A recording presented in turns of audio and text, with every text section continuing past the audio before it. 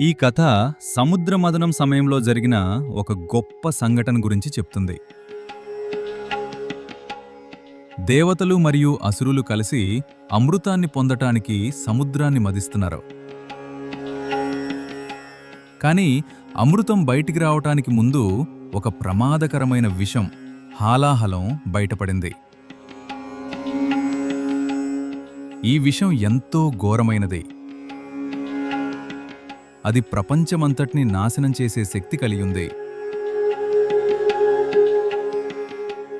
ఆకాశం మండిపోవటం, సముద్రాలు ఉప్పొంగడం మొదలయ్యాయి. సర్వజీవులు ప్రమాదంలో పడ్డారు.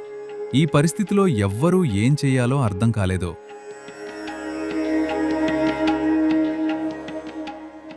అందుకే అందరూ చివరికి ఆ శివయ్యను ఆశ్రయించారు.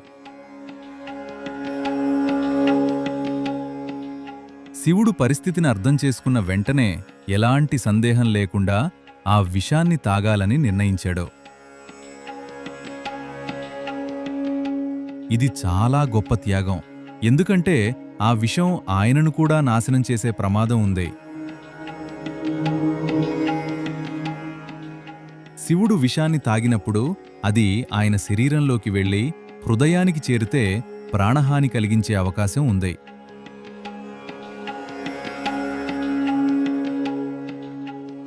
కాని ఆ సమయంలో పార్వతీదేవి ఆయన గొంతును బియ్యిగా పట్టుకుంది.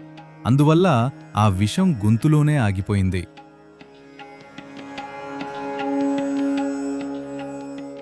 ఆ కారణంగా శివుడి గొంతు నీలంగా మారింది. అప్పట్నుంచి ఆయనను నీలకంఠుడు అని పిలుస్తారు. ఈ కథ మనకు ఒక గొప్ప సందేశాన్ని ఇస్తుంది. నిజమైన శక్తి అనేది ఇతరులను కాపాడటానికి త్యాగం చేయటంలో ఉంటుంది.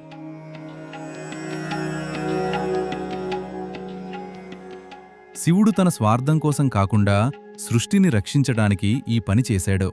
అందుకే ఆయనను మహాదేవుడు అని గౌరవిస్తారు.